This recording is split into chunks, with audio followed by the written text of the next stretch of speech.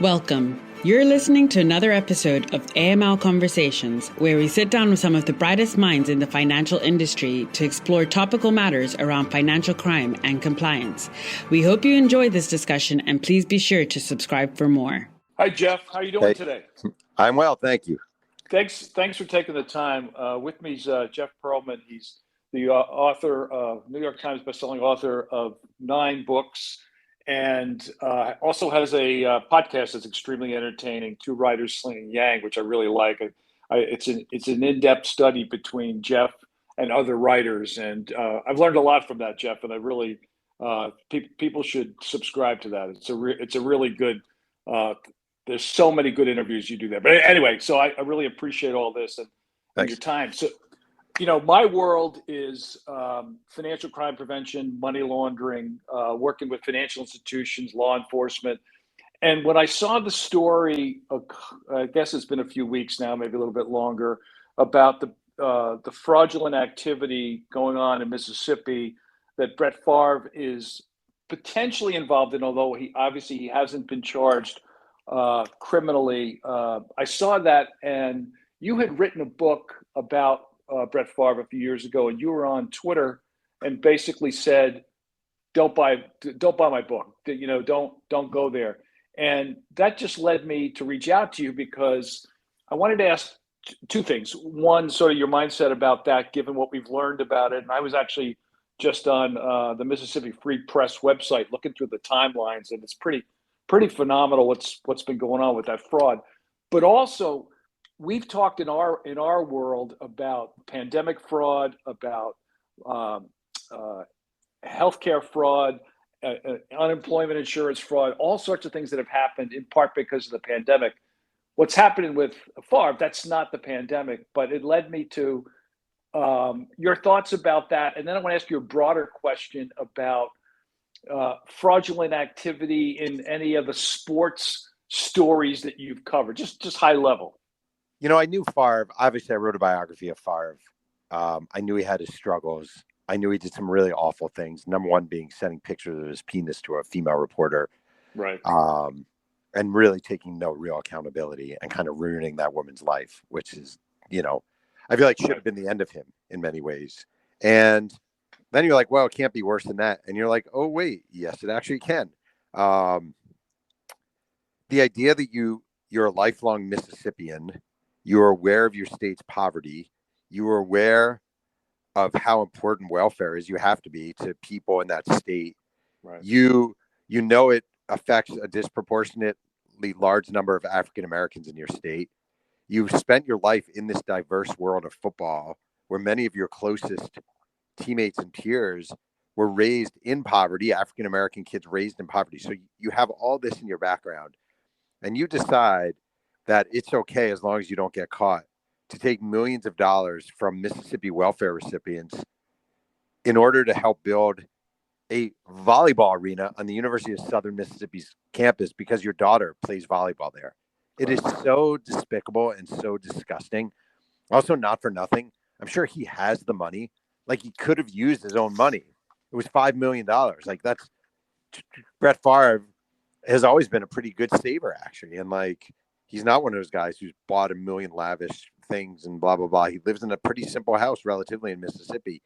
So it's grotesque. It's really grotesque. And I haven't written that much about fraud.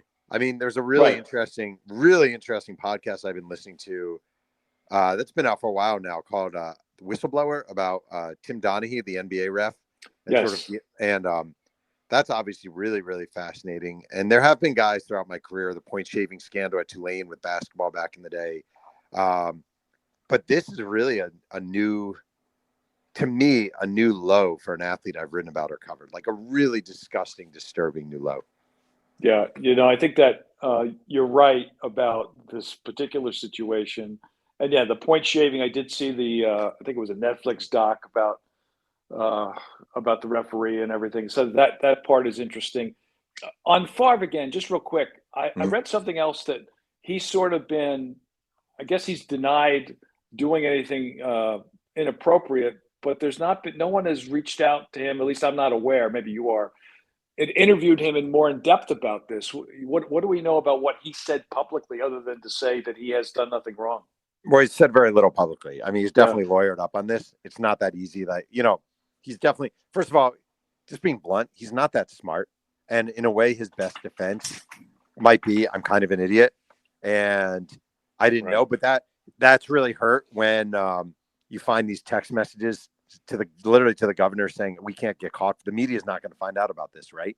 Like, that doesn't help your cause at all. So it's not like you can just call Brett Favre and he'll answer and be like, let me tell you about what really happened. Sure. He is lawyered up. And I know the different papers that have reported on this have tried reaching out to him because they always end up talking to his attorney. So that shows they've tried their best. In our world, this is a little in the weeds, obviously not a space that you cover, but there's always been a debate about domestic corrupt individuals, which sounds a little silly given how much we know there is a lot of corruption going on with local, state, and federal officials. But basically the theory is this, and that is financial institutions, when they open up accounts for people in political office, have to treat that as a more potentially high-risk category if they're foreign officials versus domestic, which I know would make no sense to you since you're not in this space. But for years, we have always said, we being those that are in anti-money laundering in terms of training and that sort of thing, have said, well, wait a second. Of course, there's bribery and corruption that goes on in our country as well as in foreign countries.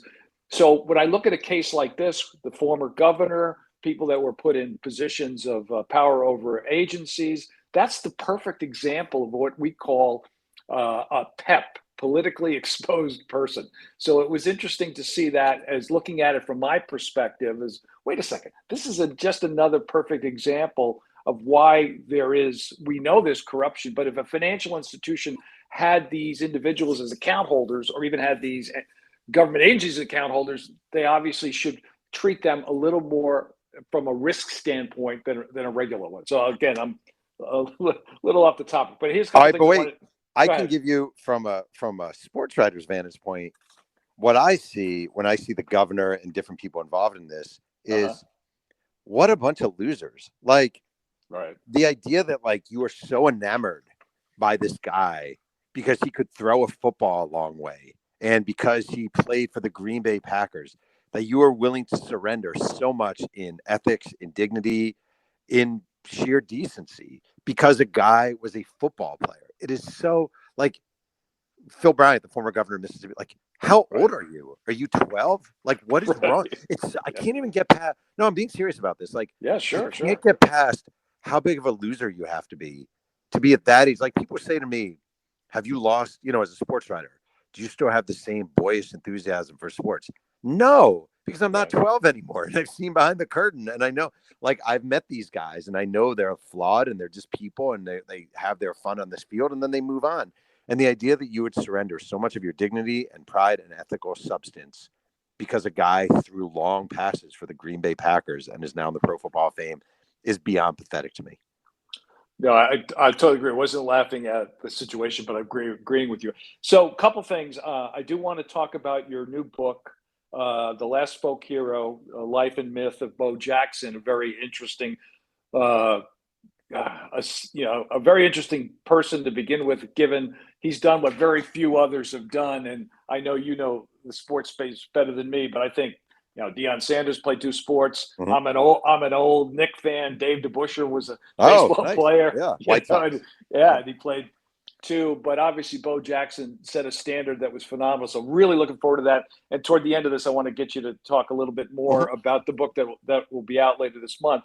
But there was 2 other books I wanted to highlight. One is the Showtime about the Lakers, the 1980s Lakers, because obviously, as you've said on your podcast, and I've watched the series, it's a series now on HBO, which has to be super exciting for you. You've talked a lot about how you've enjoyed that whole thing. I wanted to ask you, though, I watched all the episodes, really liked it. What's your take on what Kareem and others and Magic are doing in terms of sort of the competitive documentaries that they put out, which I have not watched, by the way. Not for any reason, I just haven't had time. But give us a sense of your take on that. It has to be interesting because you're sort of in the middle of it all. Yeah, I mean, first of all, and I really mean this, I'm not just saying that, like, good for them. Like, if they're able to capitalize off of this and have products of their own, I have no problem with that. I say good for them. That's great. Kareem Abdul-Jabbar deserves as much attention as he can get. Like, he really does. He's to me, he's the greatest basketball player of all time. He's never gotten his due. Part of that was personality. Part of it was circumstance. So great.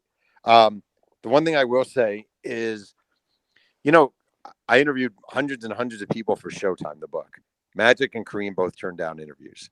I know when it came to the show winning time, they reached out to both of them. They both turned down any opportunity to be involved or to, contribute. So I'm always when people say, oh, this show, blah, blah, blah, they didn't get this right or they didn't get that right. It's like, well, I called you for the book, man, and you freaking said no. Right. And then you were called for the show and you said no. So you kind of lose a little bit of your right to complain about your depiction when you had every opportunity to be involved. So I find that always a little bit off-putting. I have no beef with either of them. They're great. They're heroes. They live exemplary lives. No beef whatsoever. I just don't really buy the criticism from them in a serious manner. No, that makes sense. The other book, again, I've read several of your books, but the other book that was really, for me, really interesting because it seemed sort of out of left field was Football for a Buck. It wasn't out of left field, by the way. It's a really well done, researched book about the USFL, which many of us obviously remember in the mid 80s was actually a pretty viable at the time, at least early on, league that was giving the NFL potentially a run for its money. But the part that I found interesting, and you've on Twitter, you've mentioned this several times, is the role that Donald Trump plays in this. Obviously, he owned the New Jersey Generals. Your book makes clear, and I think we all know that he was never interested in the USFL per se. He always wanted an NFL franchise. And at the end of the book, that no spoiler here, USFL won in court, but they won $1. So when you look at that, then you could argue it was fraudulent in that Trump never really wanted to be part of the USFL going forward. He wanted to use that as a stepping stone. That in and of itself isn't fraudulent, but you've made it clear that you feel this is a perfect. We should have known what this guy was about when he did that back then, right? It was very weird researching the book as he was running for president because if you remember, he was talking about how we were going to build a wall and Mexico was going to pay for it. Like that was one of his things, right? The Mexico wall, we're going to build it. They're going to pay for it. And I'm researching the book. And there's a point when his team, the New Jersey Generals, they signed Doug Flutie out of Boston College, a Heisman Trophy winner. Mm-hmm. And Trump signs it, holds a press conference. And then he sends a letter to the USFL commissioner and the other owners saying, I have done the USFL a great service by bringing Doug Flutie into the fold. He's paying amazing dividends already, which he really wasn't. And he said, because this is a league-wide assist, I expect all the other owners to contribute to his salary. So 30 years before he said, I'm going to build the wall in Mexico, pay for it, he basically told his people and then insisted, I signed Doug Flutie and the rest of the owners are going to pay for it. And they had the same response as Mexico, which was go to hell. And there's just a million. I mean, the league was it was a great spring football league. I'm not saying it would have survived forever, but it was a great league. And he came in, he wanted an NFL franchise. The NFL didn't want him. He saw the best opportunity as if we force a merger between the two leagues, and then I'll get my team in Manhattan. So he did everything he could to convince the other USFL owners that they should move to fall, take on the NFL directly. He lied and lied and lied and lied about a million different things. They ended up moving to fall, or they were about to move to fall. He said we should sue the NFL in an antitrust suit because they've monopolized television in the fall. He leads the lawsuit. He makes himself the star witness. The jurors can't stand him. They find him repugnant. And the USFL winds up winning the case because they were right. The NFL was monopolizing TV, but the jurors were so unsympathetic to the USFL and their actions that they wound up winning $1. Yeah, it's an incredible story, and many of us lived through it and saw it. But when you identified just the whole process, it's a really great read, and I'm surprised they haven't made that into a movie of some sort. Because I think that would be, I think, a pretty compelling story as well. But I think people. I've had people approach me, and I think the thing is, I think there's a real Trump fatigue.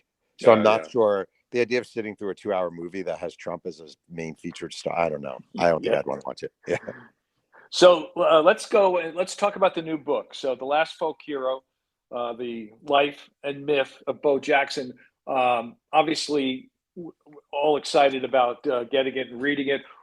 High level, what are we going to be able to learn from that besides what an amazing athlete Bo Jackson was? Did you get a chance? I'm sure you interviewed, like you always do, a ton of folks. Were you able to interview him? Was he supportive? Just high level, what can you share with us? All right, so I interviewed 720 people, which is definitely my record for a book. Early on in the process, I sent him a letter asking if he'd sit down for an interview and a bunch of my books. He called me a few days later. He was very nice, and he said no. He said he doesn't want to do a book. I mean, I wasn't asking him to do the book with me. But he's like, I don't really want to do a book. People call me all the time. I don't mind that you're doing the book, but I'm not going to help. And whenever someone says that, I'm like, that's totally fine, but I'm going to dig hard. And the thing that kind of made this project, took it to a different level, is Bo wrote an autobiography, wrote in quotations. We did an autobiography with Dick Schaap in 1990 called Bo Knows Bo, and it was a huge seller. And after the book was done, Dick Schaap, who really wrote the book, but did it with Bo, donated all his notes and audio tapes from the project to the Auburn Library. And all this material was sitting in the basement of the Auburn Library, untouched and dusty after 30 years. Wow. And I was able to get it. And it's basically, 400 pages of Bo Jackson talking in his prime, being very candid. A lot of stuff never wound up in the book. A lot of details never wound up in the book. I have all these audio tapes of Bo Jackson talking.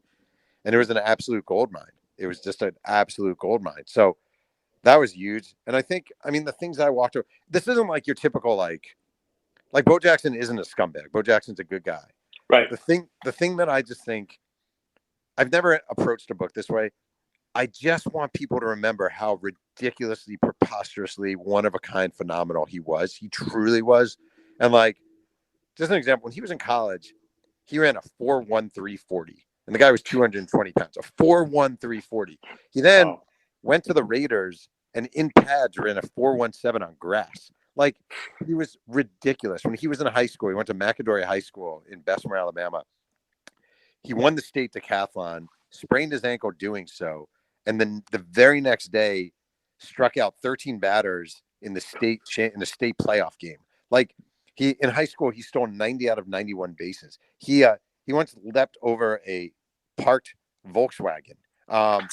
It's on and on, the crazy stuff this guy did. And he was raised in abject poverty, where he would oftentimes go to school in socks and his sister's sneakers. Wow. It's a phenomenal story of a guy rising from the ashes and truly becoming, in my opinion, the greatest athlete we've ever seen. Right. Wow.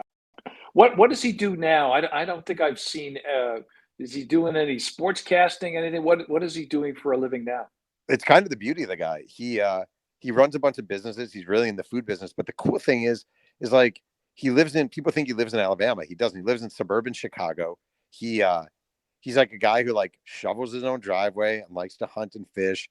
He doesn't have a trophy room with all his stuff. He's not a guy who sits there going, "Oh, I could have been so-and-so." He's just a guy who did his thing, retired, tried his hand at acting briefly, tried a bunch of different businesses, is very, very charitable. After the Uvalde shooting, he paid for a lot of the funerals of the victims. He's a really decent human being who just wanted to vanish. Wow. That's amazing. Hey, just before I let you go, just your process. And again, I've listened to you talk about it on many of your podcasts. And you just said this book alone, you interviewed over 720 people. When you're writing a book, do you go in with a theme in your mind? If you decide, all right, I'm going to do Bo Jackson, or when you decide you're going to do Walter Payton, Bonds, those sorts of things, do you go in with a theme, or you go in with, I'm going to write about this person and find out everything I can, and then sort of the theme comes out itself? Do you do outlines? You do a ton of interviews, obviously. You do a lot of research, but I'm just curious, when you decide I'm doing the book on X, how do you approach that? Is it different for each book too, I guess? All right, so I never do an outline. I learned early on in my career, the worst thing you can do when you're writing about someone is go in with a preconceived notion. Mm-hmm. So to me, it's just a big, big, big blank slate. And what happens is you start doing your research, you start calling people, you start digging through old articles, archives, books, etc., and you start forming stuff, right? Like example, like Bo Jackson. It takes a million different twists and turns, which is really funny. I'm like, there was he was flying with the Chicago White Sox one time when he was on that team, and they were returning from a game against the Angels, and their plane caught on fire. And there's a scene in the book, I actually opened the book with it, where the plane is on fire, players are going crazy, people are praying and screaming, and all of a sudden the cockpit door opens, and Bo Jackson comes walking out, and he's like, guys, don't worry, everything's going to be okay, it's under control, blah, blah, blah.